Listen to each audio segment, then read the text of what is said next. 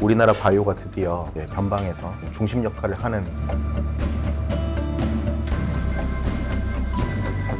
내년은 아마 분위기가 정말 좋을 걸로 생각합니다. 근데 사실 뭐 이번에 상법도 그렇고 기업 거버넌스 관련된 기사들 보면은 진짜 심혜섭 변호사님의 그 뭐라 해야 될까 워딩 쿼트? 네. 코멘트 예. 많이 나옵니다. 아, 그래. 기자들도 많이 또 조언을 구하죠. 아, 예. 전화는 좀 그래서 주주 행동주의도 많이 하고 계시고 실제로 지금 한 회사에 감사로 들어가 계시죠. 남양유업. 예. 그때 그 홍원식 회장하고 이제 사모펀드하고 교체된 그 과정에 들어가셨던 그 이후에 들어가셨던 그 직전 1년 전에 들어갔고요. 예. 제가 들어가서 한 1년 정도는 홍 회장과 같이 있었습니다. 그 과정에서 소송도 하고 네. 홍 회장님 상대로 홍 회장님 상대로 소송도 하고 예, 뭐, 예. 나름 뭐 굉장한 경험이었습니다. 사실 상장 기업에서 어떻게 감사로 있으면서 내가 하고 싶었던 거 특히 그래서 회장님 상대로 소송 걸고 예. 돈 너무 많이 가져가셨다. 예, 근거 없이 가져가셨다 이런 거. 이게 하다 보면 이상한 사람 같아 보이지 않을까 하는 예. 생각도 아, 없잖아요. 누가 변호사님이? 예, 아니 드는데 근데 그건 이제 법에 의해서 하는 거니까요. 좀 여러 가지 보이지 않는 룰 같은 게 있잖아요. 그냥 네네네. 굳이 뭐 소송 같은 걸 좀 자제한다든지 하는 여러 가지 것들이 좋게, 있는데 좋게. 그 당시는 근데 곧 있으면은 그 홍 회장님이 퇴직할 가능성이 높아졌던 상황이고 워낙 변동이 가능한 상황. 남양유업에서. 예, 경영권 변동이 가능한 상황이라서 게다가 일부는 또 소멸시효 같은 게 완성될 가능성이 있는 상황이어서 사실은 좀 어려웠습니다. 그리고 홍 회장님이 좀 커뮤니케이션이 되는 아니잖아요, 솔직히. 원래는 그 이제, 커뮤니케이션은 말과 글의 문제가 아니라 예, 어떤 진짜 그 깊이 있는 소통의 문제. 아예 만나자고 해도 아. 만나 주시지를 않으니까 뭐 이사회 같은 걸 하더라도 이사회 자체를 열질 않으니까 네? 예, 이사회를 주식회사인데요? 이사회를 참 형식적으로만 하려고 하더라고요. 그 많은 기업들이 그렇게 하죠. 대면해서 이사회를 안 하는 기업들도 종종 있을 거라고 생각을 해요. 근데 지금 얼추 남양유업이 이제 조용해진 상태인가요? 몇 건 또 진행되고 있네? 행동주의 관점에서는 예. 뭐 상당히 뭐 좋아진 거죠. 왜냐하면은 보통 그렇게 오너가 있고 오너가 늘 그냥 뭐 터널링을 통해서 뭔가 그냥 회사의 사익을 편취하고 그러는 기업에서 사실 한행컴퍼니는 사모펀드. 사모펀드긴 하지만은 뭐 인식이 가끔 안 좋을 때도 있지만 사실 한행컴퍼니는 늘 거버넌스 측면에서는 그래도 꽤 괜찮은 모습을 보여왔거든요. 쌍용 C&E 같은 경우도 그렇고 뭐 케이카라든지 뭐 시스템이라든지 늘 보면은 그래도 배당도 많이 하고 주주환원 많이 하고 좀 어떤 기업을 또 턴어라운드 시키는데도 상당한 전문성이 있고 저도 사실 한행컴퍼니가 인수한 다음서부터 많이 배우고 있어요. 이것도 상당히 바람직한 모습이구나. 그래서 거버넌스가 안 좋은 기업에서 흔히 생각할 때 거버넌스가 상당히 안 좋은 기업이죠. 사실 홍원식 회장님이 있었을 때는 그러다가 거버넌스가 좋은 기업으로 바뀌었을 때 이렇게 변할 수도 있구나 하는 것을 좀 보고 배우는 편입니다. 그게 사실 이제 남양유업 같은 게 굉장히 상징적인 사건인 거죠. 상징적인 회사이기도 하고. 네. 창업주로서 어떻게 보면 대기업으로 잘 성장을 했지만 네. 그게 너무 지나치면서 네. 회사가 여러 차례 휘영청거렸었고 네. 지금은 이제 경영권 다 바뀐 거잖아요. 네, 그렇죠. 그쪽은 이제 다 떠나셨고. 예. 근데 소송은 또 진행 중인 게 또 있고. 예, 소송은 일부 계속 진행 중인 게 있는 거죠. 이게 원래 아주 우호적으로 이렇게 진행된 건 아니잖아요. 결국 소송을 통해서 한행컴퍼니도 주식을 양수 상황이기도 하고. 맞아요. 안 주시려고 그랬죠. 예, 그리고 또 와서 보니까 여러 가지 좀 안 좋은 점들이 있어서 그런 것들은 계속 교정해 나가고 있는 거죠. 또 홍 회장님 뭐 형사 재판도 받고 있고 민사적으로도 문제가 돼서 여러 가지가 또 이어지고는 있네요. 예. 그거를 또 가까이에서 특히 이제 이사회 내에서 들어가서 보셨고 네. 이사회 내에서는 어때요? 지금 뭐 구성이라든지 사실 이게 다양해져야 하는 거고 네. 조금 이따도 이야기하겠습니다만 상법 개정안에서 이번에 집중투표제가 좀 빠져가지고 네. 소액주주들을 대리하는 소액주주를 원하는 이사를 이제 집중적으로 이사회에 진입시키는 게 네. 기대했던 것보다 또 좀 쉽지는 않게 됐잖아요. 현재는 그렇죠. 이번에 집중투표까지는 뭐 도입이 되진 않았을까. 하지만 뭐 곧 도입이 될 거라고 기대를 하고 있습니다. 어떻게든 돼야죠. 근데 이제 그런 생각도 듭니다. 그 이사회에 예. 멤버 여러 명 중에 사실은 다양한 이해관계자가 있어야 건강한 토론도 가능한 건데 예, 당연히. 다 회장님 예. 편만 아니라 예. 그 한 명이 진입한다 하더라도 사실 회사를 바꾸기에는 좀 역부족일 수는 있잖아요. 맞습니다. 실제로 그렇게 혼자 처음에 감사로 들어가셨었고 남양유업. 이게 감사와 사실 이사는 좀 다르긴 해요. 예. 감사는 혼자 뭘 할 수가 있는 게 있습니다. 단독 기관이에요. 말하자면 뭐 이사는 회의체 기관이잖아요. 이사회에서 네. 결정을 하는 거고 이사 혼자서 할 수 있는 것들이 사실은 많지는 않아요. 물론 이제 이사회에 들어가서 얘기도 할 수 있고 뭐 의결도 할 수 있고 하니 또 여러 가지 조사 같은 권한이 있으니까 뭐 비교적 뭐 아주 온건한 권리 같은 것들은 좀 행사할 수 있고 하지만 네. 사실은 많은 이사들이 회장님 편이다. 오너를 위해서 뭐 일을 한다 그렇게 될 때는 사실은 좀 하기가 어렵습니다. 심지어 감사위원회로 있어도 마찬가지예요. 감사위원회는 보통 3인 이상으로 구성이 되거든요. 3인 네. 이상 중에서 기껏해야 일반 주주가 선임할 수 있는 경우는 이제 1명 정도인데 1명이 들어가봤자 사실 나머지 2명이 반대하면은 사실 할 수 있는 게 그렇게 많지 않아요. 과거에도 한국엔 컴퍼니라든지 아니면은 사조오양이라든지 이런 기업 같은 경우는 1명 이사가 들어갔음에도 불구하고 그렇게 크게 영향력을 행사할 수 없었고 게다가 이번에도 보면 태광산업 같은 경우도 그렇죠. 사실은 교환사채 발행할 때 예, 그렇죠. 우리나라에서 가장 권위 있는 그 서울대 경영대 교수님이 들어가 계심에도 불구하고 김우중 교수님. 예. 네. 그럼에도 불구하고 어쨌건 간에 이걸 오너가 마음 먹으면은 진행을 하고 있는 거잖아요. 그러니까 이사회 내에서 그 다수결로 하면은 이제 한 명밖에 안 되니까 네. 질 수밖에 없는 거고. 네. 다만 이제 감사는 이게 특이한 케이스인데 혼자서 할 수 있는 게 좀 많이 있습니다. 그래서 제가 알기로는 이제 감사가 이사회 내에 어떤 결의 사항에 절차적 문제가 있었을 때 그거를 스톱시킬 수도 있다 하더라고요. 뭐 소송을 할 수가 있습니다. 예. 회사를 대표해서 감사가 이사들을 상대로 소송을 할 수가 있고 그러다 보면 이사가 위법한 행위를 하면은 소송을 뭐 가처분 같은 것들을 제기할 수 있고 그 가처분 할 때 보면 외부 주주는 자기 돈 가지고 해요. 근데 감사는 회사를 대표하는 거기 때문에 회사의 자원을 써서 회사의 비용과 리소스를 써서 그걸 할 수 있다는 게 큰 차이가 있는 거죠. 그러니까 회사 내에서 어떻게 보면 확실히 견제해 예. 줄 수 있는 어떻게 보면 유일한 사람. 네. 사실은 유일한 사람이 아니어야 정상인 건데. 원래 이사들이 네. 다 그 역할을 하는 거죠. 네. 그렇죠. 그래야 해야지 되는 사실 거죠. 우리나라 이사회는 이제 거수기가 많고 뭐 억대 연봉 주고 고급 차 주고 네. 비서 주고 네. 법인카드 줄 테니까 열심히 내 말 들으십시오 하면 뭐 예, 알겠습니다. 사실 그런 구조가 너무 예. 오랫동안 지속이 돼서 이제 바뀌어야 되는 상황이고 지금 또 바뀌고 있는 것 같습니다. 어떻게 보면 상법 개정이 그 출발선이고 맞다. 네. 심혜섭 변호사님이 그 남양유업의 감사이시기도 한데 평생 투자자라는 책에 감수도 하셨습니다. 감투를 많이 쓰고 계시네요. 예. 요 평생 투자자라는 책이 이제 최근에 나온 건데 예. 일본의 거버넌스 개혁 사례를 네. 담은 책이고 예. 요 이야기도 잠시 후 해볼게요. 참 저희가 그 댓글 잘 써주시는 분 5분을 선정을 해서 요 평생 투자자 책 한 권씩 5분께 보내드리겠습니다. 요거는 FM 미디어에서 저희가 도와주고 계시고요. 상법 개정안이 일단은 처리가 됐습니다. 네. 그리고 특히 이사에 대한 충실 의무는 유예 기간 없이 바로 시행. 어떻습니까? 좀 변호사님이 기대하신 수준에 비하면 사실 사람들이 기대 수준이 자꾸 높아져서 그러는데 네네네. 사실 몇 달 전만 하더라도 이 정도도 사실 상상을 못했던 일이기도 하죠. 이사의 충실 의무 하나만 예, 통과되더라고요. 하나만으로도 그리고 이게 됨으로써 사실 소송에서 이제 이야기를 할 수가 있고 또 이사들도 여러 가지 행동 방식을 바꿀 수도 있고 또 이게 시장에서 영향을 주고 또 시장에서 또 실무 뭐 관행이라든지 이런 것들이 바뀌기도 하고 그런 일들이 계속 일어날 거예요. 또 이제 또 그런 일들이 또 안 일어나면 또 뭐 바뀌겠죠. 그 아까 우리가 집중 투표제 이야기를 했는데 예. 그러니까 만약에 이사를 5명을 선임한다. 예, 근데 내가 가진 5표를 한 명에게만 몰아서 네, 내가 원하는 이 이사가 실제 이사회에 진입할 수 있도록 네. 그 가능성을 높이는 그 이제 집중 투표제 아니겠습니까? 네. 이거를 대만에서는 이걸 의무화하고 있다고. 대만은 의무화된 사실상 이제 우리들은 이제 선진국 사례를 많이 참고를 할 텐데요. 네. 선진국 중에서는 사실 뭐 대만이 거의 유일한 사례가 아닐까 싶습니다. 그래서 많은 분들이 오히려 반대 논리로 저 다른 나라는 의무화를 안 하고 있잖아라고 얘기를 하는데요. 저는 반대로 대만이 하고 있기 때문에 우리는 반드시 해야 된다라고 생각을 해요. 사실 대만과 우리나라가 비슷한 게 진짜 많거든요. 어떤 면에서요? 가장 중요한 거는 네. 사실 중국 옆에 있는 거죠. 그 무슨 의미예요? 그게? 중국으로부터 압력이 상당한 나라, 지정학적으로 항상 위험에 노출되어 있는 나라. 그리고 중국과 산업적인 측면에서든 뭐 경제적인 측면에서든 어쨌건 간에 중국을 이겨야 되는 나라. 자본시장에서도 마찬가지고. 사실 과거에 제가 아시아 각국에 투자하는 네.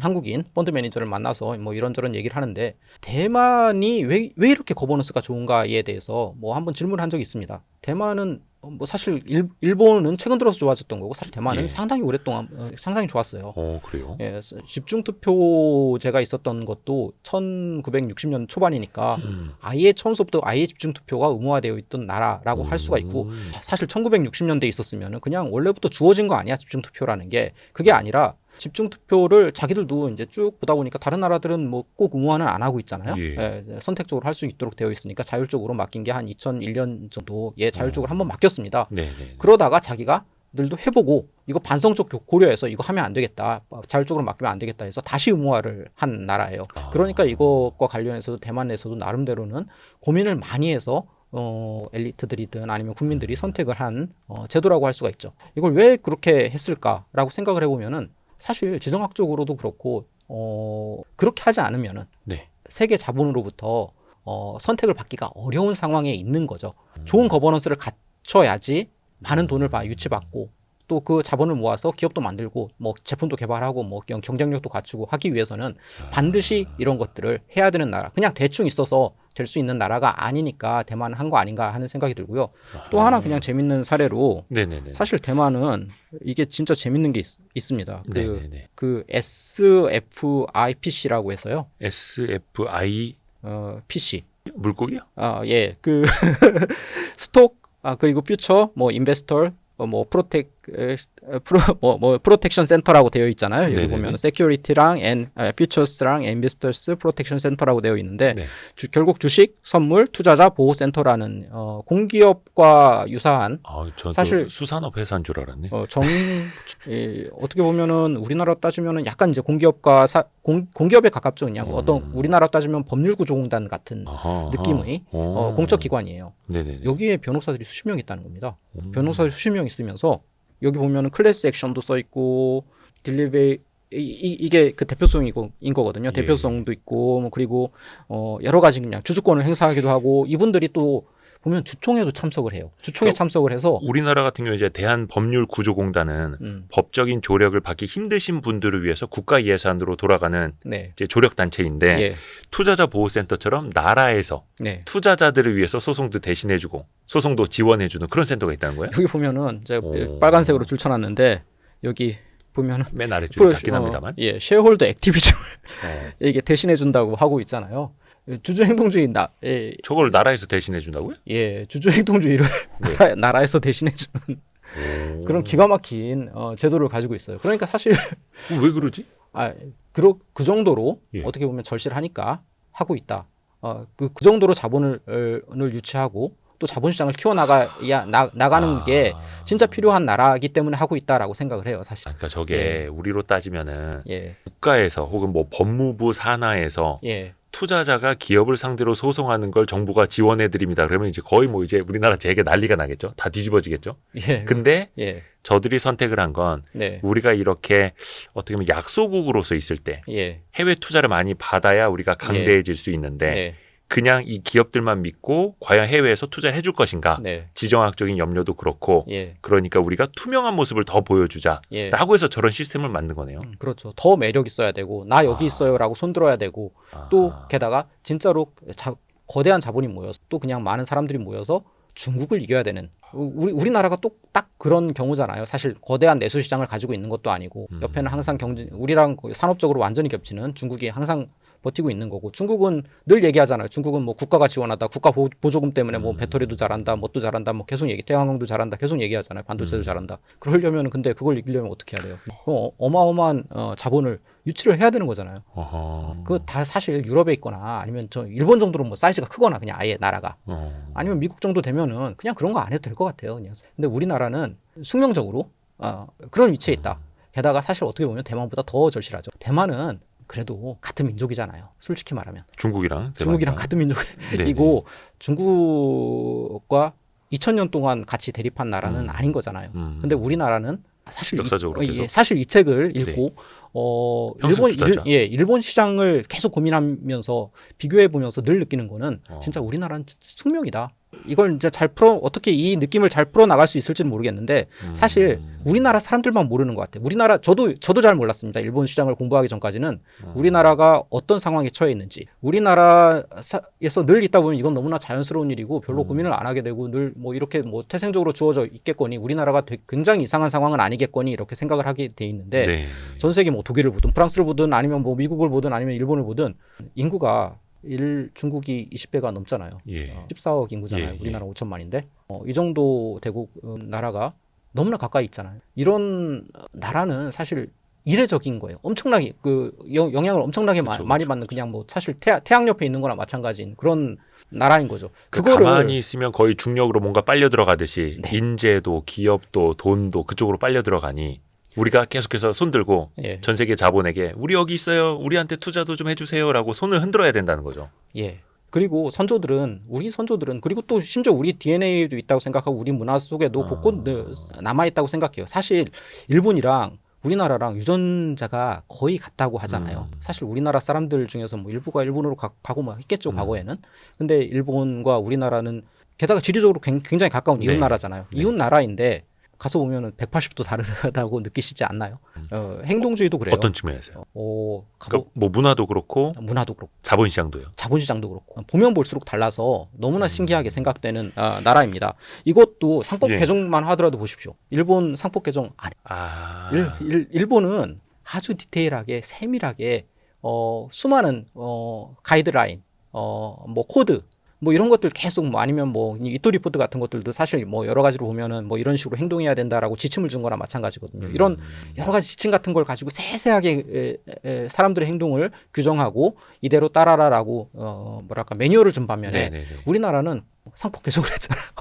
그 상법 개정을 그럼 하는 과정도 어때요 보면은 과정도 일본은 그냥 아베 정부가 네. 똑똑한 그 엘리트 정치인과 엘리트 관료들이 이런 문제가 있다. 우리들은 이거 해야 되겠다라고 생각을 해서 한 거고 네. 주식시장에서 누가 참여해서 이렇게 우리는 이제 하고 풀뿌리 밑에서부터 항상 들고 일어나고. 그게 왜 그럴까라고 생각을 안 할 수가 없습니다. 그게 사실 정말 웃기는 일인데 어떤 나라가 역사적으로 뭐 이렇게 하면 뭐 투자 얘기가 아닌 것 같은데 사실 네. 하면 할수록 사람들의 어떤 행동 양식 사회적인 각종 규범, 법이 아니라 법 밑에 있는 여러 가지 규범들이 있어요. 이렇게 행동해야 된다라는 규범들이 있고, 네. 그 사회적으로 컨텍스트라는 게 있어요. 맥락. 이렇게 행동하면 이렇게 행동할 것이다. 막 하는 것들이 있습니다. 그냥 왜 물려줄까서부터 뭐 그냥 네. 뭐 사람들은 우리나라는 왜 이렇게 주주연대가 많을까? 사람들은 왜 이렇게 주주연대 저도 주주연대를 과거에 했었거든요. 네. 왜 이렇게 또 알아듣는 사람도 왜 이렇게 많을까라는 생각을 계속 하게 되는데 그냥 상당히 장기적으로 역사적으로 있었던 일이라고 생각을 해요. 그렇게 풀뿌리가 뭉치지 않으면 계속 빼앗기 왔으니까. 사실 이게 제가 여기 이게 귀주대첩 당시 요 나라 거란족이 침략한 거잖아요. 예. 거란이 1차, 2차, 3차 침입을 했는데 2차 침입 때 요 나라가 침입한 군사 수가 40만 명입니다. 요 나라는 근데 사실 당시 세계 최강 군사 대국이었거든요. 물론 인구는 뭐 송나라가 더 많습니다만은 네. 요 나라 인구도 상당히 많았고 뭐 거란족에뿐만 아니라 연운 16주라는 뭐 중국 내부 영토까지 있었으니까 거기에 나오는 인구도 상당히 많았고 해서 사실 그 군사적으로는 진짜 세계 최강국이고 네. 40만 대군을 움직일 수 있는 나라죠. 네네네. 근데 사람들이 요 나라에서 이제 40만 대군이 침입을 했어라고 해가지고 깜짝 놀라지만 생각을 해보면은 이때 우리나라 사람들이 30만을 이끌고 나갔어요. 그거를 민병으로. 30만을 네네. 고려해서 어떻게 이끌고 나가요? 그거를 아니 생각을 해보면 거꾸로 생각을 해야지. 뭐 흔히 생각할 때 와 수나라에서 100만 대군이 왔어, 113만 대군이 왔어라고 얘기를 하면서 그 말이 안 된다. 네네. 어떻게 중세 시대에 봉건 시대에 과거의 고대 국가에 그렇게 많은 사람들이 를 모으냐? 게다가 여기는 고란족은 그나마도 기만민족이라서 그냥 뭐 이렇게 평소에 하다가 뭐 쳐들어가면 되는 거라서 그렇게까지 동원을 하는데 어려움을 덜 겪는데 수나라 같은 나라는 진짜 사실 우리랑 똑같이 농사짓는 민족이잖아요. 농사짓는 국가가 어떻게 100만을 모으냐라고 얘기를 하는데 근데 사실 우리나라 사람들 만만치 않게 모아서 대적을 했거든요. 이게 귀주대첩은 사실 요 나라와 우리나라의 이제 3차 거란족이 이제 3차 침입했을 때 일인데 네. 이때 거란족이 10만 가지고 쳐들어왔습니다. 거란족은 기병이기 때문에 10만도 상당히 강력한 군사력을 가지고 있는 거고 사실 기병 하나가 보병 뭐 10명, 20명이나 마찬가지거든요. 그 정도의 그냥 강력한 군사력을 가지고 있는데 우리나라 사람들이 그 사실 2차 침입 때 30만 가지고 막았다가 불과 이게 10년도 안 지났어요. 10년도 안 지난 사이에 또 20만 또 모았습니다. 20만 또 모아가지고 귀주에서 그냥 한판 붙은 거거든요. 이런 게 사실 그 당시 인구가 250만, 300만 이것보다 더 안 됐을 것 같아요. 왜냐하면 네. 뭐 대충 뭐 조사하는 게 한 그 정도 얘기를 하더라고요. 학계에서는. 그러면은 250만에서 300만 되는 농경 사회가 30만에서 20만 모을 수가 있습니까? 지금 우리나라로 따지면은 지금 5천만인데 거의 한 4, 500만 나가는 거예요. 싸우러. 1,000만 나가는 거죠, 그냥. 사실. 천만이요? 맞네. 근데 사실 500만 모이는 거죠. 야, 사실 그 정도로 예, 우리가 예. 민병 한번 일어나면은 사실 이제 풀뿌리가 네. 훨씬 더 강력했다라는 의미잖아요. 어마어마하게 강력한 사람들, 사실 사람들이 다 국가적 위기 의 상황에서는 그냥 이대로 안 되겠다 하면은 그냥 다 들고 일어나는 그런 사람들이 우리나라 사람들이고. 그러니까 이게 말씀해 주신 걸 이제 반추해 보면 네. 대만이나 일본 같은 경우에는 정책적으로 그 엘리트들이 이 방향으로 가는 게 맞겠다라고 먼저 설계를 한 거고 네. 우리는 이대로 가면 다 죽는다. 거의 오징어 게임 마지막에 이제 불 꺼놓고 외치듯이 예. 이러다 다 죽어 외치니까 그때서야 그럼 어떻게 해야 되는데 그럼 상법을 바꿔야 돼? 이렇게 해서 이제 이뤄냈다라는 그걸 거예요. 한 명 한 명이 다 생각을 하는 거죠. 1,400만 주식 투자자들이 이거 바꿔주세요라고 사실 그것도 생각해 보면 한 5년 전만 하더라도 거의 목소리가 없었어요. 근데 그 목소리가 그쵸. 그 사이에 그렇게 뭉친 거잖아요. 최근에 들불처럼. 예, 그렇게 뭉쳐서 정치권이 결국 뭐 그 압력에 의해서 정치권이 움직인 걸로 볼 수가 있는데 그걸 해내는 사람들이 어디 있습니까? 저는 이거는 뭐 어마어마한 일이다. 예.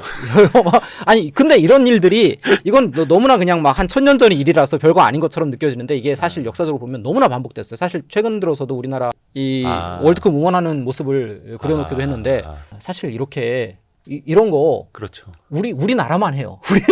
우리나라만 이렇게 수백만이 모여가지고 이런 거 하고. 진짜 조선 시대 때도 그랬고 그 예. 격쟁이라고 하나요? 막 예. 꽹가리 치고 막 예. 궁궐 앞에 가서 예. 그 임금님 들으시라고 막 예. 그래서 난리 치고 막 예. 임금 나오라고 예. 그런 것도 우리나라 조선 시대 많이 했다고 하고 예. 심지어 뭐 정치적으로도 예.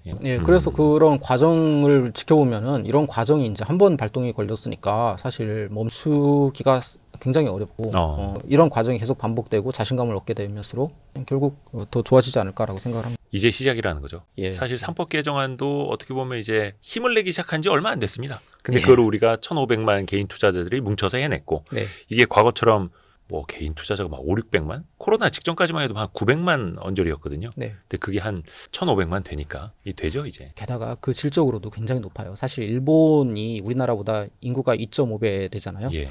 2.5배인데 사실 주식 투자 인구는 곧하다고 볼 수가 있어요. 과거에도 일본 분들한테 일본 주식 투자자들은 어떻게 생각하느냐라고 물어보면 일본은 주식 투자를 하지 않는다. 일본은 오히려 외환 투자한다. 그죠, 외국에다가. FX 투자한다.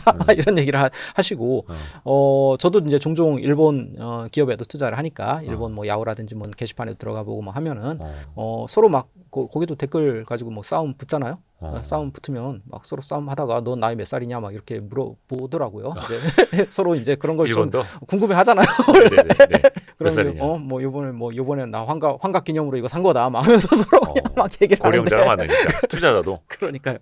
투자자들도 고령자가 많고 사실 우리나라는 뭐 주로 이제 30, 40대 그냥 막 많은 한창 일할 나이인 분들이 많고 또 그분들 교육 수준도 굉장히 높고 이걸 세상에 이런 것들을 상법 개정을 해야 된다 이런 것들을 어떻게 알아듣습니까? 다른 나라 사람들 못 알아들어요. 이거를. 어떻게 보면 좋은 의미로, 예. 참 어떻게 보면 좀 아쉬운 의미로 참 대단한 대한민국입니다. 예, 대단한 나라죠. 예. 이걸 해내고 있고. 예. 그 일본 이야기 하셨으니까 네. 이거 평생 투자자라는 책을 쓰신 분이 무라카미 요시아키. 네. 이분이 일본에서 거의 전설의 투자자라면서요. 아니 그러니까요. 저도 사실 저도 잘 몰랐는데 예.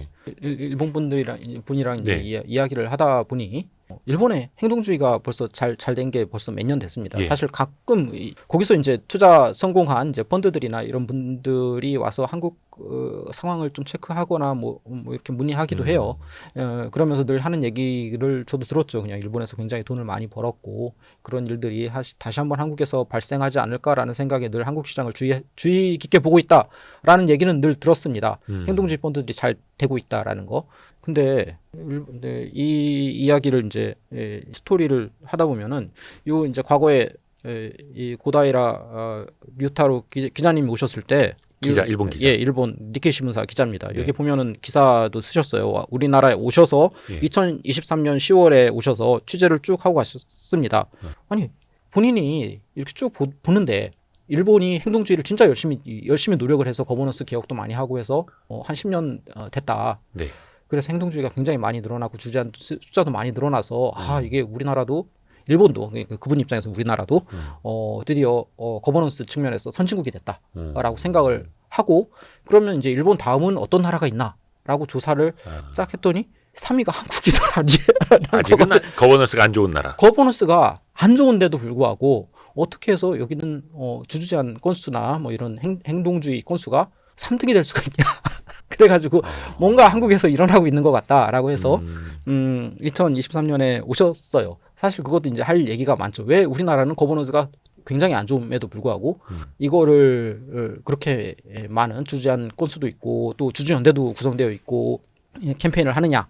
이것 관련해서 할 얘기가 많은데 어쨌건 간에 이때 오셔서 뭐 이것저것 말씀을 하시는데 그럼 일본은 어떤 거를 공부를 해야 되냐 일본 행동주의를 공부하고 싶다면 누구부터 공부를 하는 게 좋겠냐라고 말씀을 하시는데 바로 말씀을 하신 게 그 무라카미입니다.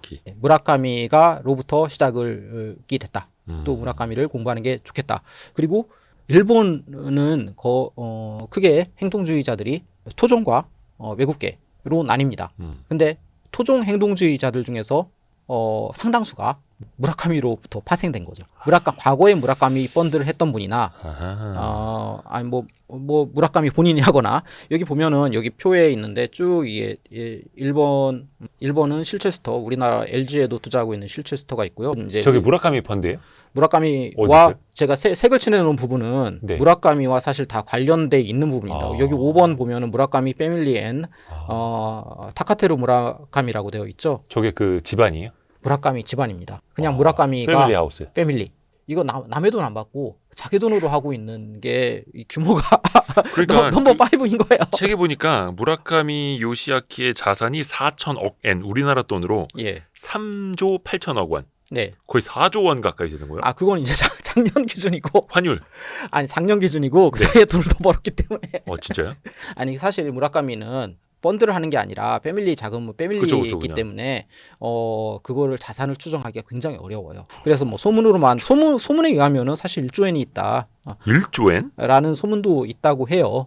그리고 우리나라 돈 한 8조 원? 뭐 이렇게 얼마요? 예, 그렇죠. 우리는 요즘 기준으로는 막 9조 5천억 원 정도 되는 거죠. 그럼 저 좀 소개 좀 해주시면 안 됩니까? 그게 참 뭐 대단한 분이죠. 어떻게 보면은 그냥 뭐 아직 59년생이니까 아직 그렇게까지 나이가 많지는 않으시고. 아니 그러면은 그 수조 원에 이르는 자산을 다 어떻게 뭘로 본 거예요? 주식 투자로? 행동주의로 본 거죠. 주식 투자로? 예, 주식 투자로. 여기도 보면은 에피시모 여기 무라카미가 여기 그것도 심지어는 이게 뭐 하여튼 그러니까 이걸 추적하는 사람들이 굉장히 많아요. 일본 시장에서 보면은 무라카미가 투자하면은 성공하니까 쫓아다니려고.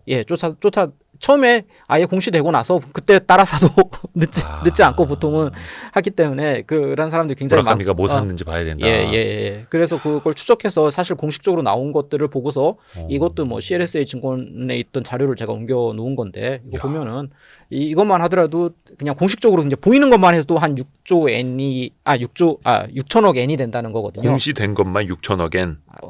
뭐 비교적 이제 추적이 용이한 거 이제 근데 사실 보면은 뭐 잘 안 드러나는 것들도 많이 있잖아요. 그걸 굳이 드러낼 필요도 없는 거고. 네네. 그래서 이렇다는 거고 보면은 돈 엄청 많으신 분. 사실 여기에 보면은 무라카미 영향력이 엄청나다는 게 여기 토종 행동주의자라고 할 수 있는 2번 에피시모. 여기 싱가포르의 뭐 베이스 자체는 이제 싱가포르에 두고 있습니다만은 사실은 일본 분들이 하는 거거든요. 저도 무라카미의 영향을 받은 펀드. 무라카미 있던 분들이 나와서 만든 겁니다. 그 3인이 설립을 했는데 다 무라카미 펀드에서 일하던 분들이 나와서 한 거고 규모가 더 크죠. 약간 그런 느낌이나 뭐 그레이엄 도드 마을의 투자자들 막 이런 느낌으로 파생돼서 막 맞습니다. 이렇게 뻗어 나온. 네, 보면은 여기 실체스터나 이치고나 오아시스나 다 외국 분들이 하는 거예요. 뭐 이치고는 마치 일본 같은 느낌인데 일본을 굉장히 사랑하는 이제 외국인이 하시는 거고 뭐 오아시스도 마찬가지고 뭐 다 뭐 그런 편인데 이게 실제로 토종은 거의 다 여기 16번에 보면은 스트래티지 캐피탈 여기 무라카미랑 이제 또 도쿄대법대 동기이면서 무라카미 펀드 내에서 원래 과거에 펀드 할 때는 넘버 2 역할을 하셨던 분이 그 정도로 설립한 게 스트래티지 캐피탈이거든요. 그러니까 이 정도로 영향력이 막강하다. 아니 이게 어떻게 어떤 한 사람으로부터 이런 영향력이 형성이 될 수가 있느냐? 라는 생각이 들어서 그때 공부를 하고 쭉 투자를 하고 있는데 게다가 심지어 제가 투자한 기업에 무라카미가 공시를 하고 그러기도 하더라고요. 그래가지고 더 얻어 걸린 거예요? 예, 그리고 얻어 걸리는 게 상당히 많은 게 왜냐하면은 요. 이게 사람들이 보는 시각이 좀 비슷하다. 비슷할 가능성이 저 회사 되게 좋은 회사인데 예. 거버넌스만 좀 나아지면 훨씬 더 주가도 오를 수 있는데 네네. 근데 그거를 심혜섭 변호사님이 발굴해서 사신 거예요? 먼저 예, 무라카미보다 먼저? 예, 뭐 그런 것도 있죠. 예. 그 전에 그러다- 변호사님이랑 안 친했어가지고 그때 들었어야 되는데 무라카미가 사기 전에 들었어야 되는데 그러다 보니 점점 더 관심이 더 생겨서 이렇게 쭉 찾다가 이때 고다이라 기자님한테 들었을 때까지만 하더라도 무라카미에 대해서는 사실 우리나라에 지금 검색하면은 이제 제가 쓴 글도 있고 뭐 이제 책도 있고 뭐 하다 보니까 뭐 다른 글들이 많이 나옵니다만은 과거에는 네. 요런 게 많았어요. 어쩐지 너무 잘 나가더라. 일재계 풍운아들이 무너진 꿈 해가지고 무라카미 펀드 사건 큰 충격 뭐 해가지고 체포됐던 거. 그러니까 이 무라카미가 음. 엄청나게 이제 부자이고 네. 주주 행동주의 통해서 돈도 많이 벌었는데 네. 검찰 수사를 받았고 체포가 됐고 네. 유죄 판결도 유죄 판결 받았더라고요. 받았고 실형도 살고 나중에는 뭐 집행유예 됐습니다만 그건 실형을 상당히 살고 난 다음에 집행유예 된 거고. 뭐 그건 이 어쨌건. 평생 투자자라는 책에 나옵니다만 네. 그 장면은 좀 어떻게 보셨어요? 좀 음해를 당한 걸까요? 뭐 본인은 억울하다고 하더라고요 책에서. 뭐 책에 저도 사실 판결문을 다 보고 전체적인 과정을 일본 사람이 아니다 보니까 그걸 추적하기 어렵죠 현실적으로는. 근데 적어도 책에 나온 것만 봐서는 그걸 가지고 내부자 정보라고 할 수가 있나라고 싶은 애매한 문구를 가지고 그걸 가지고 검찰이 기소를 했고 일본 검찰이 좀 유명합니다. 집요하기로. 100% 유죄. 아. 이게 과거에도 뭐 카를로스 곤 뭐 이런 거 그러니까 나왔었잖아요. 일본 검찰이 수사하면 거의 100% 유죄다. 예, 그거를 웬만해서는 그걸 빠져나가기 힘들다. 빠져나가기 어려울 정도로 좀 법리적으로 좀 무리해서 적용을 한다고 하더라도 그거를 법원에서 주로 좀 인정해주는 그런 성향이 있는 것 같고요. 아무래도 뭐 어찌됐든 간에. 근데 무라카미 같은 경우는 큰 부는 일궜지만 마지막에는 그러니까 제도권 펀드 매니저로서는 좀 명예는 많이 실추된. 네, 그래서 사실 저는 부정적인 인식이 좀 있었습니다. 과거에도 사실 가끔 검색을 했었어요. 뭐 가끔 하다 보면 나옵니다. 그냥 일본 거 조사하다 보면은 특히 그 후지 TV 사건은 라이브도어와 관련해서 후지 TV 사건은 그냥 종종 우리나라에도 많이 소개되는 그런 판결 사건이에요. 사건 자체가. 그러니까 거버넌스 개선 운동을 하면서요. 예. 그러다 보니까 굉장히 부정적으로 알고 있었는데 어느 순간 보니까 그렇게 그냥 커다란 영향력을 행사하고 부를 일구었을 뿐만 아니라 사회적으로 주류 위치에 이제는 서게 된 것이요. 이거 보면은 요 그림 보면은 요게 이토 옆에 있는 분이 이토 쿠니오 교수예요. 왼쪽 분이 오른쪽? 오른쪽 분이 이토 쿠니오 교수고요. 네. 왼쪽에 이렇게 머리 하얀 분이 이제 무라카미 본인이죠. 이게 돈 많은 형님이 왼쪽. 네네. 예, 체포당하고 뭐 하다 보니까 머리가 이제 하얗게 된 거고. 뭐 연세가 59년생이시라면서요. 그럼 흰머리 날 때 되셨죠. 59년생이면. 네. 예, 어쨌건 간에 그렇게 된 거고. 네. 그 이토 쿠니오 교수는 어떻게 보면 현재 우리나라 일본의 거버넌스를 위반한 이토 리포트의 가 본인 거기서 나온 인 거거든요. 이토 리포트를 쓴 이제 좌장. 그 연구회를 만들어서 그 다 정부 펀드 지원을 받아서 그런 연구회 만들어서 리포트 만들고 그것들을 가지고 거버넌스 밑그림을 그려 나가기 시작한 그런 이토 리포트를 만든 사람이기 때문에 어쨌건 간에 일본에서는 완전 주류의 위치라고 할 수가 있죠. 근데 이 분이랑 이제 뭐 같이 대담도 하고 이제 사진도 찍고 뭐 기사도 나오고 뭐 이렇게 하는 거 보니까 완전 주류의 위치에 들어섰고 이런 분들이 사실 사회적으로 다시 수용이 되기가 굉장히 어려운데 이건 사회적으로 완전히 수용이 되었다. 사회적으로, 일본에서는 물론 이제 완벽하게 수용되지는 않았을 수는 있는데 그래도 상당 부분 인정이 된다. 이거는 정상적인 방법이고 이게 과거에 했던 것들이 그냥 우리가 사실 너무했었구나. 그게 사실 옳은 길이 아니었구나라고 일본 사람들은 어느 정도 생각할 거라고 믿습니다. 지금 그게 대단한 거 아닌가? 사실 돈을 번 것도 대단한 거지만은. 저는 사실 돈을 버는 거는 사실 뭐 미국 책들 막 읽어봐도 뭐 많이 나와요. 돈을 버는 거는. 근데 돈을 버는 게 어떤 자기 세상을 바꿔야 되겠다.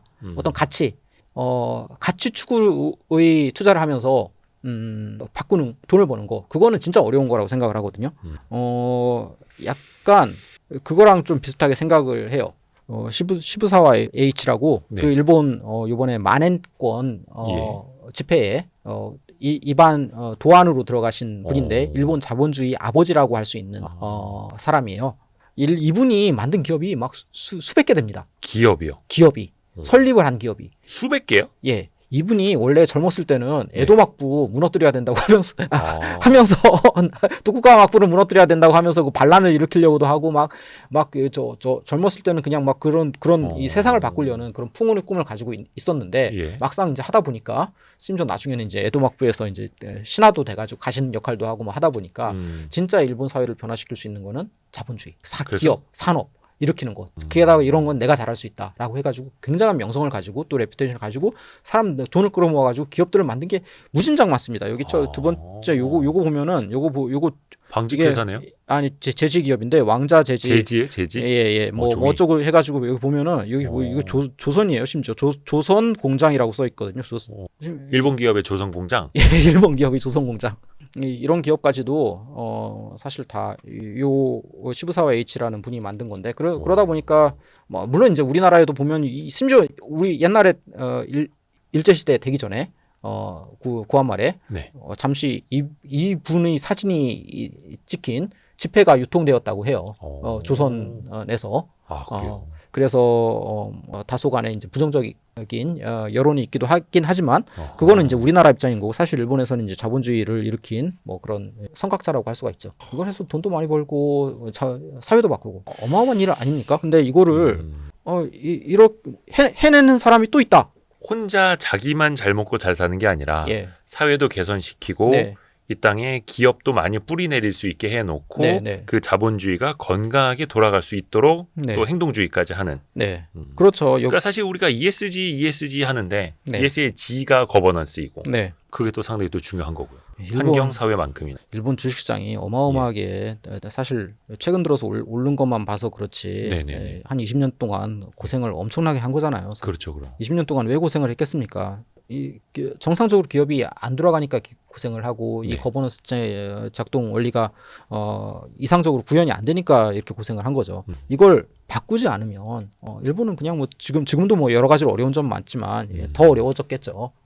이거를 바꿔야 되겠다. 여기도 책에도 나오지만 자기가 통산성이 있으면서 거버넌스 개선 활동을 해야 되겠다라고 생각을 하고 만들었던 게 무라카미 펀드인 거잖아요. 네. 무라카미 펀드를 그렇게 만들어서 행동주의 펀드. 행동주의를 하고 거버넌스 개선 활동을 하고 심지어 일본 사회를 처음에는 이제 처음부터 안 바뀌죠. 그냥 저항하는 사람들이 얼마나 많아요. 그렇죠, 그냥 막 그렇죠. 그거 다 사실 이렇게 주가가 이렇게 떨어지면은 네가 뭔데 왜 기업 경영에 배나라 감나라 하냐 뭐 이랬을 때부터. 예. 이런 구조로 이익을 얻는 사람이 있으니까 그래요. 사실 일본에서 기존에 고착화된 구조로. 예. 그냥 뭐 서로 자기들 여기 보면은 별에 막 일본 사람 진짜 특이한 거 나오는데 진짜 뭐 이렇게 해서 현금 쌓아놓고 막 하니까 자기들은 안심하고 출근하고 뭐 이렇게 하지 마 이런 얘기가 있거든요. 그렇죠, 그렇죠. 일본 사람들 출근하는 거 진짜 좋아하더라고요. 안심하고 안심하고 출근하고 네. 직장 안 없어지고 계속 하는 거 평생 그러니까 직장이잖아요. 근데 이제 그 회사에 이제 상장되어 있는 공개 기업인데 예. 다른 투자들이 들어와서 예. 너네 회사 금고 열어라. 네. 저거 이제 주주 환원도 하고 아니면은 그 자본 배치를 더 효율적으로 하라라고 하면은 너네가 뭔데 우리 회장님한테 뭐라 그래? 이렇게 나오는 거죠. 사실은 긴장도 더 되고 아무래도 자본을 유현금을 많이 쌓으면 쌓을수록 자기는 그냥 뭐랄까 평생 출근할 수 있을 것 같은 기분이 들겠죠. 얼마나 좋아요. 근데 이게 과잉 자본을 회수하고 과잉 현금을 회수하고 주주 환원도 하고 어느 정도의 적정 레버리지를 갖춘 상황에서는 사실 자본이 더 효율적으로 되는 건 있지만은 다만 변동성에 더 취약하고 어떤 경기 그렇죠. 변동성에 더 취약하고 좀 더 열심히 해야 되는 거. 그냥 출근만 해서는 되는 게 아니라 진짜 열심히 일을 해야 되는 게 맞죠. 그러니까 회장님을 위해서가 아니라 예. 회사와 주주를 위하여. 일본은 게다가 회장님 별로 없기 때문에 있는 기업이. 사실 그 일본은 재벌 체제가 무너진 지 꽤 오래됐죠. 예. 그래서 그냥 제가 보기에는 그냥 기업 하나하나가 그냥 자기들만의 자기들만의 영주를 모시고 그냥 그 밑에 가신들이 있고 뭐 이런 거랑 그냥 똑같은 구조를 그냥 엄청 많이 만들어 놨는데 이거를 그냥 무너뜨리면은 좋겠습니까? 싫겠습니까? 그냥 이게 위태위태할 수 있는 상황이 되면은 사회 전체적으로야 당연히 그렇게 되면은 더 열심히 일도 하고 자본이 더 효율적인 곳에 가면서 ROE도 높아지고 더 좋겠지만 그 개별 기업단에서는 좀 더 리스크 위험이 높아진 거는 사실이죠. 사실 그 주식회사라는 게 직원과 경영진만의 것이 아니라 고객도 있어야 하는 거고 또 네. 주주도 있기 때문에 주식회사가 있는 것 아니겠습니까? 그래서 아주 기본으로 돌아가야 한다는 이런 거고. 것들을 그냥 만들어 놓기 위해서 엄청 노력을 한 거죠. 이게 보면은 저건 뭐예요? 여기 이제 상호주인데 상호주. 상호주. 재벌은 없어졌지만은 이 구조를 만들어 놓기 위해서 일본 사람들은 서로 주식을 서로 막 자기 사고 백기사. 그럼 뭐 우리나라 따지면 요즘 막 그 아무래도 주식 3%를 교환하는 거. 있다 보니까 3%씩 서로 교환하는 경우도 많고 요즘 자사주 처분해야 되다 보니까 자사주를 서로 좀 교환하는 경우도 있고 뭐 이렇게 그러니까 돼 이제 있는데 김 회장님이 저기 이 회장한테 지분 넘기고 네. 이 회장은 저 최 회장 회사 사주고 네. 최 회장은 박 회장 회사 거 사주고 네. 자기네들끼리 서로 도와주는 거. 예.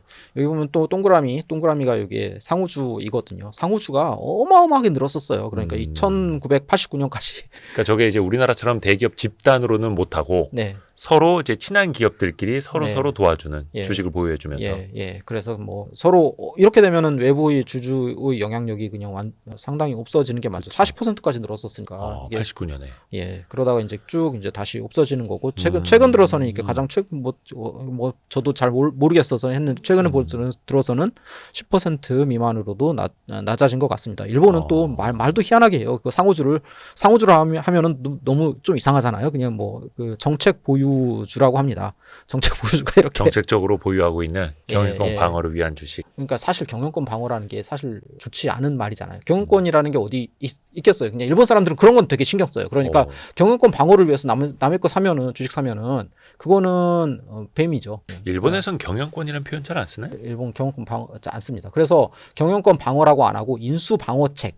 보통 이제 인수 방어 수단 이렇게 얘기합니다. 그래서 그것도 사실 고민이에요. 왜 인수 방어라는 말을 우리나라 그리고 사실 이게 글로벌하게 보편적인 용어인 게 외국에서도 포이즌 필이라든 이런 거를 엔티 테이크오버 팔러시 뭐 수단 필 이렇게 얘기를 하지 경영권 방어 수단이라고 잘 얘기를 안 해요. 그냥 그러니까 경영권이라는 표현 자체가 거의 우리나라에서만 쓰는 표현이라고 하더라고요. 그러니까 이게 근데 사실 엔티 테이크오버라든지 인수 방어책 하면은 어감이 좀 안 와닿는 게 있어요. 사실 인수라든지 테이크오버는 아예 그냥 기업이 지배권을 넘겨받는 거거든요. 경영권이라는 네. 거는 그러면은 야, 그거 말고 우리가 그냥 좀 얘기 좀 하고 좀 건의 좀 하겠다는데 그리고 감사 선임해가지고 좀 이것저것 좀 사실 좀 감시 좀 하겠다는 건데 그거 경영권이랑 아무 상관도 없는 거야라고 네. 하면은 할 말이 없는 거잖아요. 네.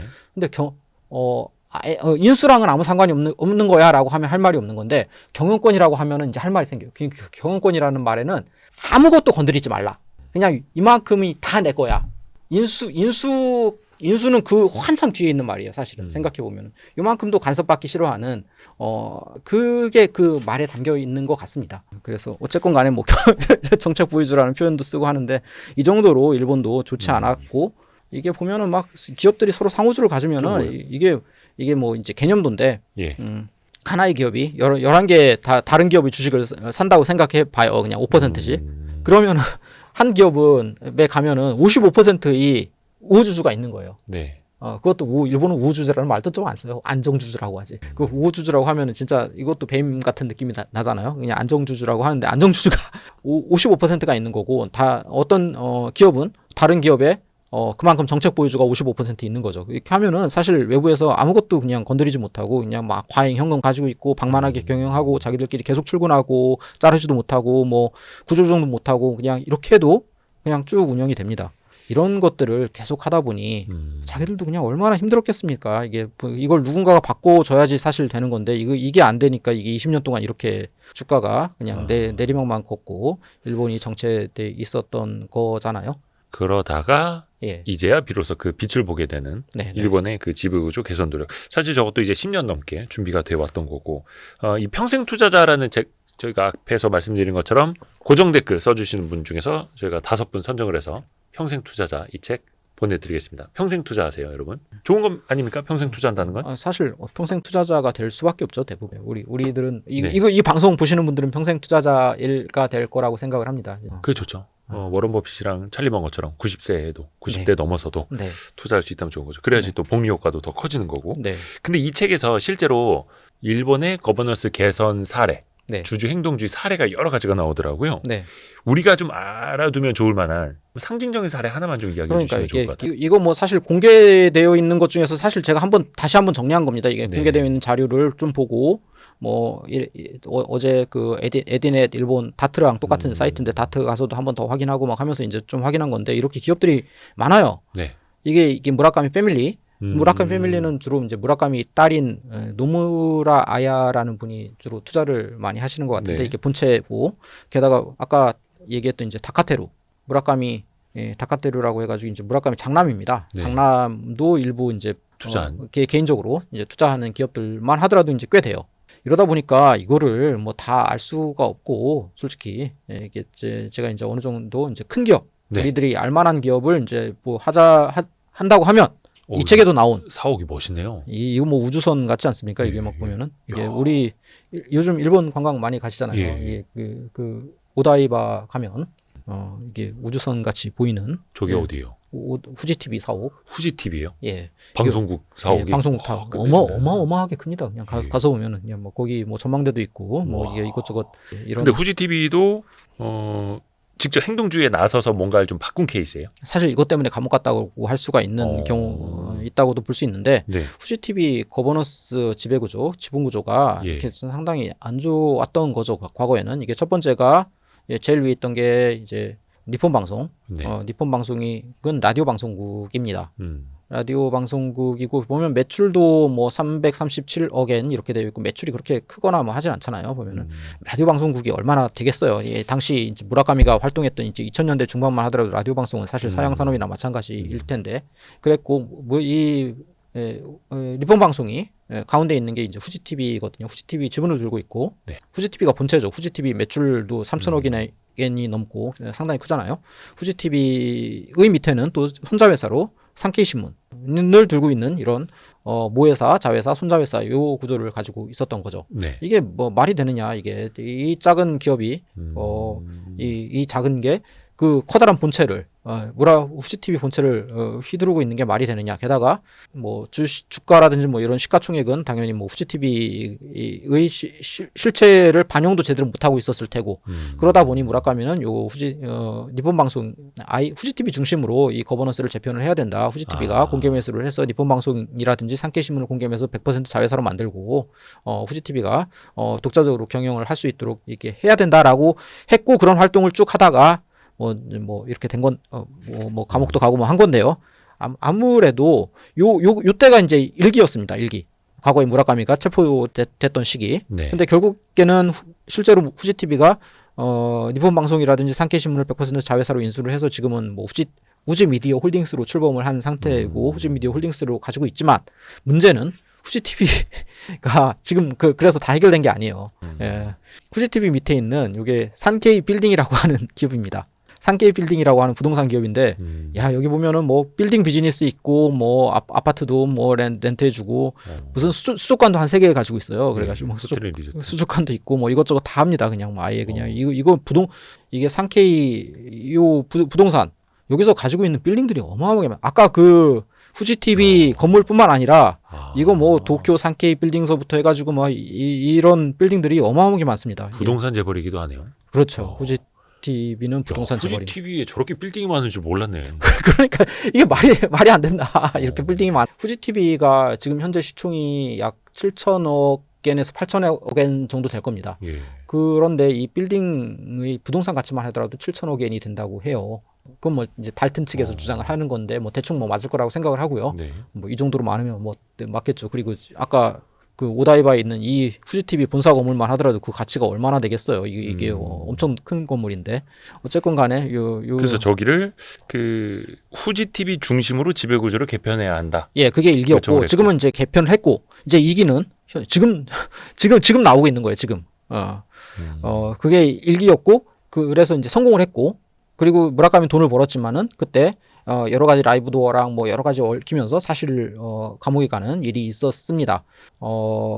우리나라도 마찬가지지만 어떤 방송사라든지 언론사는 겉보기의 시총보다는 사회적 영향력이나 파워가 막강하다고 생각을 해야 돼요. 근데 굳이 방송사와를 상대로 행동주의를 하다가 어려운 일을 겪었던 것 같고요. 그런데 그 방송사가 쭉 그냥 운영이 되어 오다가 작년에 뭐 우리나라에도 좀 보도가 됐습니다만은 후집 TV에서 뭐 성추문이라든지 뭐 여러 가지 뭐 불미스러운 일들이 있었습니다. 그러다 보니 무슨 이사가 40년 동안 경영을 하고 그랬던 사람들이 있더라고요. 야, 고인물. 진짜 그쯤 되면은 사실 뭐 그냥 뭐 제왕이라고 할 수가 있는 거죠. 그냥 뭐 얼마나 참호파기를 잘했으면은 하겠습니까? 그런 사람들도 물러나고 하는 와중에 오히려 그냥 기업으로부터 각종 뭐 광고 수익이라든지 이런 것들은 떨어졌는데 오히려 주가가 더 오르는 뭐 그런 희한한 일이 발생했죠. 뭐 지배구조 개선 기대감. 거버넌스가 괜찮아질 것 같으니까. 그때 달튼 우리나라에 투자하고 있는 우리나라 콜마홀딩스라든지 뭐 몇몇 기업에 투자하고 있는 달튼이 올해 위임장 대결을 했어요. 위임장 대결을 해서 보면은 요 제일 오른쪽에 계신 이 외국인 분이 요 달튼 이제 사장님이시거든요. 네. 달튼이 위임장 대결을 했고 위임장 대결할 때 이제 그 후보로는 요 분이 요 SBI 홀딩스 사장님이신데 일본에서는 아예 소프트뱅크 계열의 그 금융 계열이라고 할 수 있죠. 거기 이제 사장님이신데 재계 거물입니다. 이 재계 거물을 그 후지 TV 후보로 내세우면서 상당한 수준으로 위임장 대결을 크게 벌였습니다. 이게 워낙 주목도가 높고 기업 자체도 크고 하다 보니까 상당히 일본에서도 화제가 많이 됐던 사안이고요. 다만 이제 주총에서는 요 분이 SBI 홀딩스 요 분이 찬성률이 27%밖에 안 됐어요. 그래서 뭐 결과적으로는 뭐 위임장 대결에서는 실패를 했는데 그럼에도 불구하고 보면은 더 주총 끝나고 나서 7월 2일이면 주총 끝나고 나서인데 무라카미 펀드가 더 많이 매입을 했다라고 나와 있잖아요.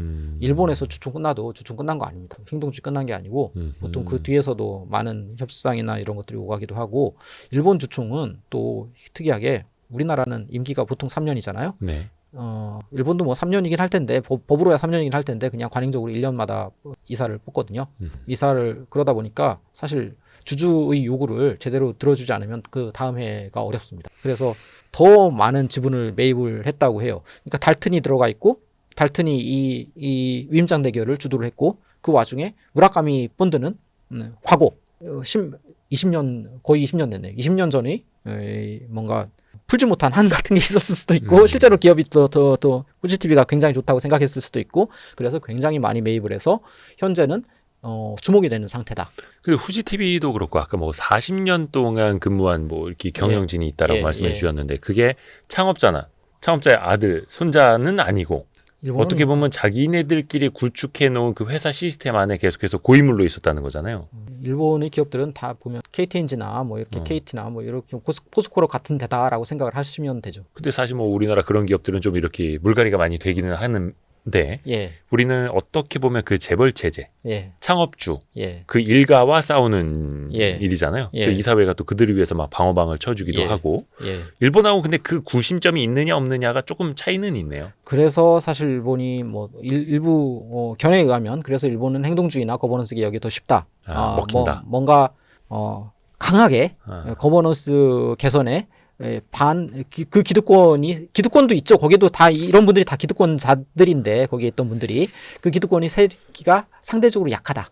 애초부터 지배주주도 없고 그런 분들이 그냥 뭐 원래부터 보통은 입사해서 그냥 쭉 해서 사장까지 올라가신 분들이거든요. 그러다 보니까. 근데 이게 이제 공성전으로 따지면 일본의 기업들은 자기네 성 자체를 자기네가 지키고자 하는 거고 우리는 이 공성전에 있는 성주를 지키기 위함이고. 그 그러니까 말이 안 되는 것 같은데 진짜.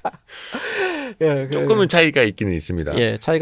사실은 차이가 보면 볼수록 일본이랑 우리나라는 180도 다른 게 많아서 그걸 봄으로써 우리나라를 다시 돌이켜서 우리나라를 다시 생각하는 계기가 되기도 하는 거죠. 하여튼 그런 사례는 요 평생 투자자라는 책을 통해서 그 사례를 또 많이 보실 수가 있겠고요. 약간 우리가 좀 얻었으면 하는 교훈 같은 건 좀 어떤 게 있을까요? 워낙 좀 사례는 많긴 합니다만. 사실 자신감을 좀 얻었으면 좋겠어요. 이게 제가 맨 처음에는 재벌도 없고 일본은 진짜 재벌이 없으니까 너무 좋다. 일본 자이바츠가 그냥 다 해체돼서 너무 좋다라고 생각을 해서 저도 이제 일본 투자를 좀 했고 지금도 하고 있고 보면 볼수록 근데 그냥 우리나라가 참 어떤 포텐셜이 많구나. 진짜 잠재력이 많은 나라다. 이거를 바꾸려고 하는 에너지가 넘치는 나라다. 그냥 뭐, 사람들이 그냥 가만히 있지는 않는 거예요. 이게 상식적으로 말해서 네. 이 많은 외국 펀드가 예, 어떻게 해서 그냥 일본 행동주의에서 다 외국인들이 돈을 벌고 있을까라고 생각을 해보면은 일본 사람들이 이걸 그런 에너지가 없어. 그냥 그 메이와쿠 문화 있잖아요. 그냥 남한테 폐를 끼치기 싫어하는 문화. 그리고 그냥 이제 하던 대로 계속 가자 이런 거. 사회적으로 수많은 맥락, 뭔가 짜여지지 않은 규범, 우리가 알 수 없는 설명할 수 없는 그런 것들이 너무나 많아가지고 일본 사회가 변혁되기가 뭐 그냥 어렵다고 하죠. 뭐 비교적 이거 많이 한 건데 많이 해도 그 펀더멘탈한 그런 거를 바꾸기가 굉장히 어렵구나. 근데 이게 왜 외국인들 왜 되냐? 외국인들은 그런 거 구애 안 받으니까 그냥 구애 안 받고 그냥 막 찔러대니까. 얘기를 할 수가 있으니까 이게 어떻게 해서 유독 무라카미 계열 토종이면은 무라카미 계열이 이렇게 많겠어요. 사실 무라카미도 반은 아버지는 대만 사람이거든요. 대만 사람이기 때문에 어떤 외부자의 시선에서 볼 수 있는 것도 있고 본인도 근데 도쿄대 법대를 나왔고 통산성에서 오랫동안 관료 생활을 했고 하다 보니까 일본 내부자의 시스템도 잘 알고 이런 묘한 위치에 있었으니까 어떻게 보면 이게 가능했지. 일본은 참 어려운 점이 많다. 근데 우리나라 사람들은 이거를 물론 이제 거대한 이제 지배주주와 이제 오너 뭐 재벌 이런 거는 있지만 반면에 그 에너지도 상당히 많아서 우리나라 사람들은 할 수 있는 것 같다. 특히 상봉하는 거 보면서 그렇게 느꼈다라고 생각을 해요. 그래서 이제 많은 분들이 일본 같은 경우에도 10년 넘게 걸렸다. 네. 이 저평가를 이제 개선하고 지배구조로 개선하는데 그래서 네. 우리도 좀 시간이 필요하다라고 말씀해 주시는데 근데 앞에서도 우리가 그 민초들의 힘을 이야기했습니다만 우리는 더 빨리 할 수 있을 것 같아요. 아까도 그래서 굳이 고려 거란 전쟁 얘기를 한 게 이게 보면은 과거에 몽골 침입 이후에 네. 우리나라가 몽골이랑 같이 몽골한테 끌려간 거죠. 어쨌건 간에 몽골이 이제 하자고 하니까 뭐 여몽연합군 구성해서 일본을 2번 쳐들어간 적이 있잖아요. 근데 일본에서 결국 이제 카미가제에 신풍이 불어와서 배도 다 침몰을 하고 결국 철수하긴 했습니다만 실제로는 무력 자체는 말도 안 되게 강했죠. 당시만 하더라도 일본 사람들은 와서 그 앞에 나와서 막 나와서 그냥 가문 이름 읊고 있다는 거예요. 그냥 뭐 이게 쭉 전진 지금 칼 들고 싸워야 되는데 그럼 가문 이름 읊다가 가문 다 잃고 난 다음에 이제 사실 의례적인 싸움을 이제 시작을 해야 되는데 근데 몽골군이나 고려군 입장에서는 그냥 실전에서 다져진 군대 입장에서는 그냥 바로 그냥 그 자리에서 저 뭐 하고 있는 건가? 그럼 말도 안 되는 소리니까 바로 그냥 화살이 날아가는 거죠. 그럼 이제 완전히 그냥 깨진 상황인데 일본은 네. 한 번도 사실 이게 거의 유일한 외침일 정도로 일본은 외침을 안 나가는 나라예요. 섬나라니까. 일본이 외침을 안 나가기 때문에 수많은 규범이나 사회적 규범이나 어떤 프로토콜이나 막 이런 맥락들이 그래서 짜여지는 겁니다. 이게 외부에 적이 없으면 어떤 일이 생기냐면은 똥군기가 생겨요. 똥군기. 오랜만에 들어봅니다. 똥군기. 일본 사실 2차 세계대전 때도 똥군기로 유명한 군이 일본군입니다. 그래가지고 약간 자기들만의 세상. 예. 근데 우리나라는 그런 거 하면은 우리나라는 죽어요. 우리나라 사람들은 똥공기 하면 죽습니다. 중국이 그렇게 그냥 강하게 들어오는데 쳐들어오고 호건날 쳐들어오고 여진족도 쳐들어오고 몽골족도 쳐들어오고 거란족도 쳐들어오는데 그렇게 하면은 우리나라 사람들 진짜 죽어. 사람들이 열심히 해서 실질적으로 바꿔야 된다. 진짜 똘똘 뭉쳐서 바꿔야 되는 나라기 때문에 이거는 결과적으로는 뭐 이게 좀 얘기하다 보면은 뭐 투자가 이제 무슨 뭐 사회 얘기가 되고 역사 얘기가 돼서 좀 그렇기는 한데 이게 다 연결되어 있어가지고 근데 그러니까 사실은 투자가 이 진화론과도 이제 맥이 닿듯이 사실 우리나라 한국인의 DNA 속에 있는 거는 어떻게 보면 변화 또 변화를 통한 생존 이게 필수였던 거고 자본시장에도 또 마찬가지라는 거잖아요. 그거를 다들 느끼고 있어요. 사실 사람들이 야 이대로 가면 안 되겠다. 사실 어떻게 보면은 재벌 구조가 우리나라 사람들이 그냥 원해서 살려놓은 측면도 있습니다. 사실 뭐 그 덕에 60, 70, 80년대까지만 해도 빠르게 성장을 해왔고요. 지금 돌이켜서 삼성물산이랑 뭐 제일모직 합병이 만약에 지금 다시 이루어지면은 지금은 안 될 거예요. 지금이라면 안 근데 되겠죠. 그때만 하더라도 사실 삼성전자나 삼성의 재벌 체계는 사실 굉장히 경쟁력을 가지고 있었던 상황이었고 이게 성공하는 재벌 체계에서 그거를 다시 바꾸자 이거 이대로는 안 될 것 같아라는 생각을 우리 사람 국민들이 먹고 그걸 하기가 굉장히 어려운 상황이에요. 야, 그게 벌써 한 10년 됐죠. 삼성물산 제일모직. 예, 10년 됐죠. 2015년 일이니까. 근데 그거를 만약에 2025년에 삼성물산과 제일모직을 과거와 똑같은 방식으로 합병한다고 하면 지금은 이제 사람들이 많이 좀 깨우치지 않았습니까? 안 돼요. 예. 안 되겠죠. 게다가 이거는 재벌 체계는 창업주라 2세까지만 되는구나. 3세, 아, 3세까지는 삼세는 어렵다. 3세는 이게 반복 그 성공이 반복 성공이 안 되는구나라는 거를 이제 사람들이 다 깨달았기 때문에 이제는 안 될 거고 사실 어떻게 보면 사회적으로 그래서 사회적으로 수용되고 사회적으로 수용이 안 되고 이게 되게 중요한 건데 지금은 이게 안 된다는 걸 사람들이 깨달았기 때문에 이거는 이제 안 될 거고 대신 이제 바꿔 나갈 겁니다. 저 월드컵 사진은 왜 띄워놓으신 거예요? 이거 그렇게 할 수 있다고요. 예, 이게 우리도 할 수 있다. 이게 한 번이라도 예. 이제 성공하면 그런 모습이 성공하면은 예. 사실 적대적 M&A 사실 성공해야 돼요. 한 번은 성공해야 되고 사실 그런 일들이 또 계속 벌어져야 되고 그리고 또 그 과정에서 우리나라 사람들은 진짜 이런 에너지를 가지고 할 것 같아요. 우리가 16강 한번 올라가면 무서운 기세로 8강, 4강 갔듯이 비슷한 겁니까? 사실 이런 거 뭐 외국 사람들은 못 이게 우리나라니까 너무나 당연하게 생각을 하지 외국에서는 이렇게 응원도 못 하고 이런 열기를 품어내기가 쉽지 않을 거예요. 근데 우리에게는 그 저력이 있다. 예. 자신감을 갖자. 사실 그런 위기가 있으니까 뭐랄까 극복이 있고 해결이 있는 겁니다. 대만 얘기를 한 것도 그래서 나오는 거예요. 대만 결국 TSMC가 지금 세계 넘버 9의 기업이 됐는데 대만 사람들도 위기의식이 있으니까 이게 되는 거죠. 그게 그냥 되는 거는 아니라고. 어떻게 보면 그 변화는 위기가 만들어냈다. 네. 해서 이제 우리도 그 할 수 있다. 네. 어떻게 보면 많은 투자자분들이 기업의 그런 낙후된 거버넌스 하에서 네. 재벌 체제 하에서 창업주들을 위한 그 물려주기 터널링 이런 데 이제 지쳐서 끝끝내 목소리를 내서 상법 개정도 이제 했듯이 이제 상법 개정했다라는 거 우리가 한번 처음으로 16강 올라간 거네요.